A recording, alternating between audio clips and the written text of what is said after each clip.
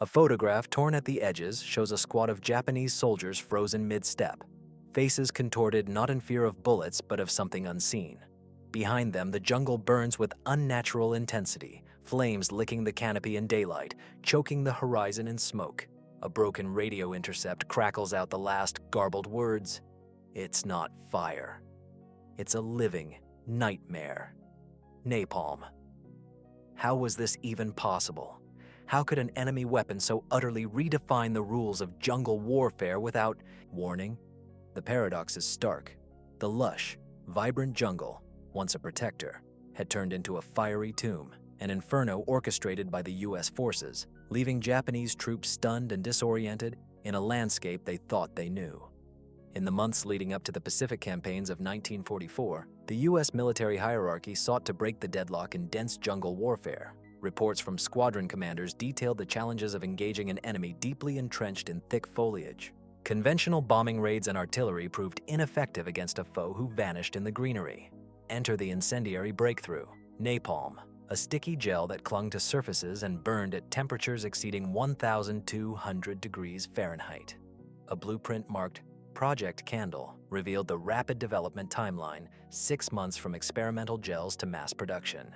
Yet, the motivations were more than tactical. Documents hint at a brutal psychological warfare strategy aimed at shattering the Japanese will to fight by turning their once safe havens into hellish landscapes.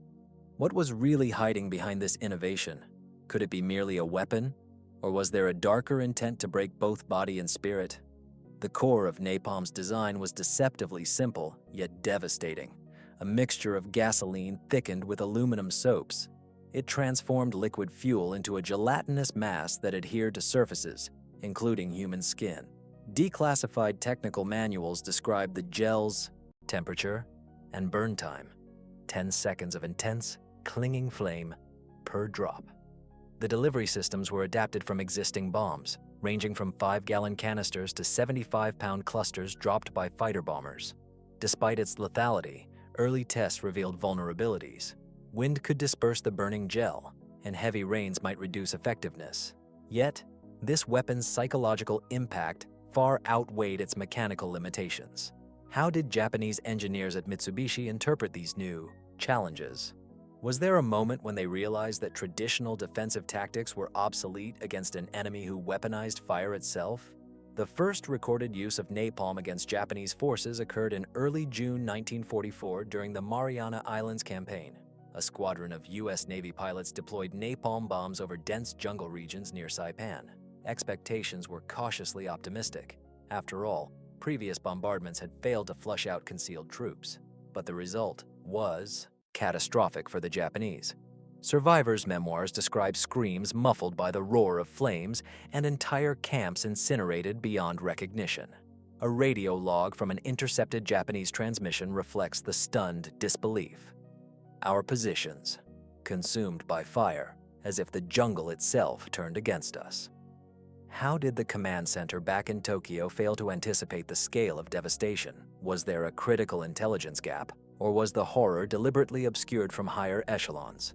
Japanese forces scrambled to develop countermeasures. Field manuals were updated with instructions to dig deeper foxholes and build water basins to douse flames.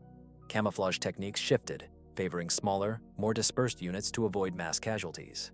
Engineers attempted to create fire-resistant fabrics and improvised retardants from local materials. Yet, intercepted communications reveal frustration and disbelief. No trench nor water can stop the burning wrath. Tactics evolved into more aggressive ambushes, attempting to strike before napalm could be deployed. But even as adaptations emerged, the weapon's psychological toll was irreversible. How much did these desperate measures delay the inevitable? Was there ever a moment when the Japanese command considered surrender in the face of this new inferno? By the autumn of 1944, the use of napalm had escalated into a strategic doctrine. Maps from military archives showed targeted fire corridors cleared by successive waves of incendiary bombs, turning vast jungle swaths into barren wastelands. Resources poured into manufacturing and refining napalm, while field protocols instructed pilots to prioritize these zones. The Hell of the Jungle became a grim codename among troops. But this turning point also revealed a critical crisis. Japanese supply lines were cut, morale shattered, and the natural cover that once offered protection was now a liability. A secret protocol uncovered in Allied records ordered intensified napalm strikes precisely to exploit this psychological and environmental collapse. What was the full extent of this scorched earth strategy? Did the architects foresee the lasting scars left on the land and the men? The nightmare of napalm left the Japanese forces not only physically devastated, but mentally shattered. The jungle, once a bastion of defense, had been transformed into an inescapable inferno, a hell that burned with relentless fury. Survivors' accounts, fragmented and often suppressed, reveal a profound trauma. Soldiers trapped in flames, terrain turned hostile and alien. The weapon was more than incendiary. It was a psychological weapon of terror, rewriting the rules of jungle warfare forever. The question lingers: how did this weapon change not only the battlefield, but the very nature of combat in the Pacific? And what does it say about the limits of human endurance when the natural world itself becomes an enemy? Each episode is a document I pull from the dust of the archives. Share your own stories. Many of you have relatives who lived through that time, and your words help connect personal memory with archival evidence. Stay curious. Subscribe so you don't miss the next episode tomorrow. In the aftermath of the initial shock, Japanese intelligence units scrambled to piece together the nature of this incendiary weapon. A fragment of a captured canister, preserved in a field laboratory, revealed traces of a gelatinous substance unlike anything previously encountered. Reports from frontline reconnaissance indicated that traditional flamethrowers and conventional explosives were ineffective against this new threat. The gelatin clung tenaciously to foliage and flesh alike, igniting with a ferocity that defied prior experience.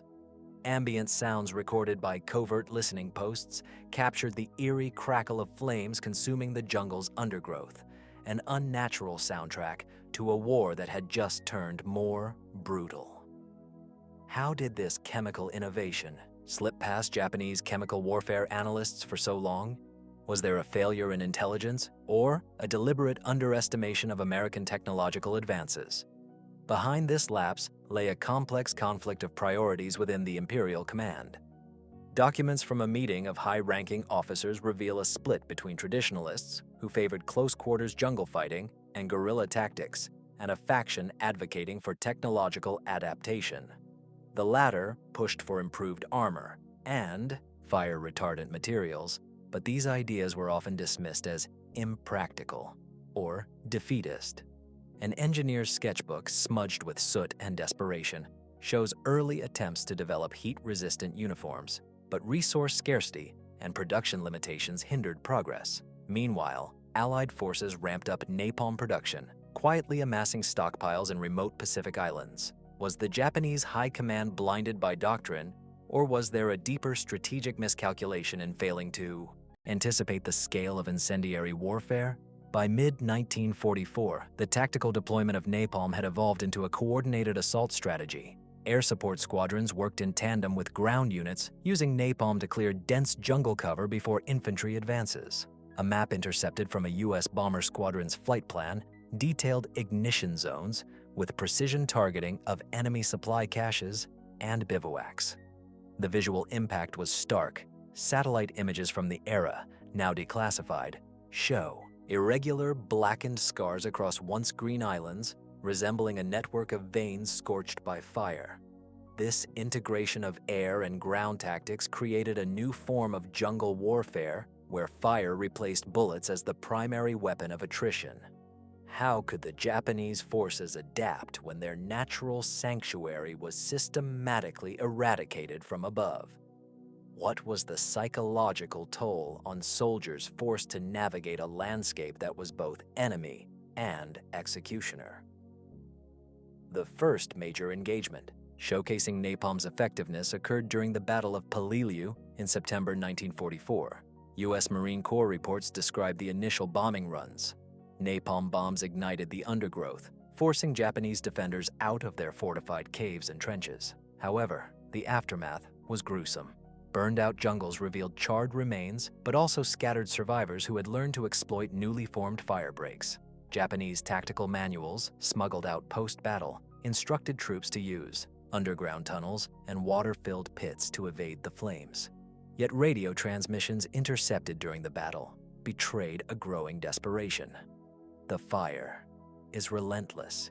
Even the earth itself betrays us. Was this the moment the myth of jungle invincibility shattered? How did this fiery siege redefine the meaning of survival in such a hostile environment? In response to the escalating threat, Japanese commanders initiated a series of countermeasures aimed at mitigating napalm's devastating effects. Field engineers experimented with fire-retardant mud mixtures and improvised water sprinklers powered by manual pumps. Training regimens were overhauled to include rapid evacuation drills and fire suppression techniques. A clandestine directive circulated among units emphasized psychological resilience. Soldiers were told to expect the jungle's wrath and to steel themselves against the suffocating heat and smoke. However, these measures were often too little, too late. Intercepted. Diaries reveal soldiers haunted by visions of burning comrades and landscapes turned to ash. How effective were these adaptations in the face of an enemy weapon designed to obliterate not only men, but their environment? Could any countermeasure truly restore the jungle to a place of refuge? The relentless application of napalm culminated in a strategic turning point by late 1944. Operational reports from U.S. commanders describe the creation of fire corridors, intentionally ignited strips of jungle designed to channel enemy movements and deny cover. Satellite reconnaissance confirmed that these scorched pathways fractured Japanese defensive networks, isolating units and disrupting supply lines. A confidential protocol from the Pacific Theater Command outlined a scorched earth policy: leave nothing green behind. This systematic destruction forced Japanese troops into open combat, a terrain disadvantage that eroded their tactical edge. Yet the environmental devastation also sowed long-term consequences: soil sterilization, water contamination, and the decimation of indigenous flora and fauna. How far did the military necessity justify such ecological carnage? And what were the unspoken costs borne by civilians caught in the inferno's path? As the fire corridors expanded, the jungle's transformation became grotesquely visible in both Allied reconnaissance photos and Japanese field sketches.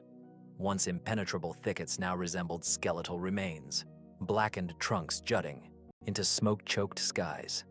In one haunting image, a lone palm tree stands half-charred, its fronds curling like burnt fingers against a crimson sunset. Survivors' testimonies, recorded in secret diaries, describe the suffocating, acrid smell of burning resin and flesh mingling with the humid tropical air, a scent that lingered long after the flames died down. This sensory assault did more than destroy foliage. It fractured the soldiers' connection to their environment, turning a familiar sanctuary into a foreign hellscape. How did such a transformation alter the mindset of troops trained to fight within the dense jungle? Was the psychological warfare waged by fire as effective as the physical destruction it caused? The psychological toll was compounded by the unpredictability of napalm's spread. Unlike conventional fire, which often burned in predictable patterns, napalm's gelatinous properties caused flames to cling, drip, and spread in erratic bursts. Commanders reported instances where entire platoons were trapped as flames leapt from tree to tree, creating firestorms that swept through the canopy and engulfed escape routes. A rare intercepted field radio transmission captures a desperate plea. Flames everywhere, no clear path. This is no longer terrain, it's a furnace. This chaos shattered the traditional command structure as officers struggled to coordinate movements in an environment that seemed to fight alongside the enemy. How did these conditions affect unit cohesion and morale? Did the constant threat of immolation erode discipline and provoke breakdowns in the chain of command? In response to these challenges, some Japanese units attempted radical tactical shifts. According to a classified report, specialized fire evasion squads were formed, trained to navigate recently scorched areas and exploit the confusion napalm created among American forces. These units wielded knowledge of local terrain and improvised underground routes to launch surprise counterattacks. Yet, these efforts were hampered by the relentless pace of the U.S. air campaign and logistical constraints. Maps marked with no-go zones due to recent napalm strikes grew larger, effectively shrinking the operational theater for these fire-dodging units. A captured map fragment shows red zones labeled "Burnt Wasteland," annotated with warnings of unstable ground and lingering heat. Could these desperate adaptations have turned the tide if given more time? Or was the inferno an irreversible force, consuming every hope of resistance? The aftermath of prolonged napalm warfare introduced a new kind of battlefield hazard: environmental collapse. Soil samples taken from former jungle sites revealed near total destruction of the topsoil layer, rendering the land barren. Water sources were contaminated not only by ash, but by chemical residues from the gel's composition. Japanese logistics officers noted increased incidents of illness and exhaustion among troops forced to drink from compromised streams. A weather report intercepted by Allied intelligence described unusually dry conditions exacerbated by the loss of forest canopy, intensifying the risk of wildfires beyond controlled burns. The jungle's destruction was not merely tactical, it was ecological warfare. How did the loss of the jungle's natural replenishment cycles affect long-term Japanese survival? Could the devastation have lasting repercussions beyond the war's end? Amid the growing inferno, whispers of dissent emerged within the Japanese command. A confidential memo, marked urgent, called for reassessment of defensive priorities in light of the napalm threat. However, the rigid hierarchy and cultural emphasis on honor and sacrifice stifled open debate. Field commanders were left to improvise, often without clear directives. Meanwhile, Allied strategists capitalized on this disarray, intensifying napalm campaigns to break remaining resistance pockets. The interplay of fire and command. Failure created a feedback loop of destruction and demoralization. Was this the moment when the Japanese military apparatus began to unravel under the weight of a weapon that burned beyond flesh, burning morale, strategy, and hope? Or did resolve persist in the embers, defying the inferno's intent? The final scenes of this transformation are etched into countless battlefield reports and survivor accounts. A landscape unrecognizable where the line between nature and warfare blurs into an endless conflagration.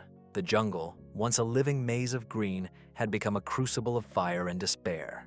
For the Japanese soldiers caught within this hell, each day was a battle not just against bullets or bombs, but against a relentless, consuming flame that burned through earth and spirit alike. The question remains: in turning the jungle into an inferno, did the weapon of napalm also ignite a deeper, more permanent scar on the soul of the Pacific War? In the war's final months, as the flames continued to scorch the Pacific Islands, Japanese soldiers faced a grim reality. The jungle was no longer their ally, but an executioner. Letters smuggled from the front line spoke of a landscape burned beyond recognition, where every step risked falling into smoldering earth or being caught by unseen lingering hotspots. Medical officers reported an alarming rise in burn injuries, infections, and psychological trauma attributed directly to napalm exposure. A rare photograph, taken by a war correspondent embedded with Japanese forces, captures a solitary soldier staring into the blackened remains of his former encampment, eyes hollow, face smeared with ash and sweat. This image, long suppressed, speaks volumes about the human cost behind strategic calculations. What became of those who survived the flames, and how did these experiences reshape post-war memory and identity? The legacy of napalm's introduction into jungle warfare transcended the immediate tactical victories. It forced a reckoning with the nature of combat itself, where the environment could be weaponized to an unprecedented degree. Japanese military doctrine, shaped by decades of jungle fighting, was rendered obsolete in weeks as fire replaced foliage as the primary threat.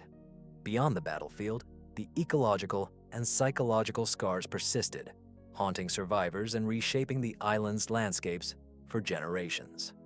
The question lingers in archival whispers and survivor testimonies alike. Had the use of napalm crossed a threshold, transforming war into a form of scorched earth annihilation that blurred the lines between combatant and environment? between strategy and atrocity,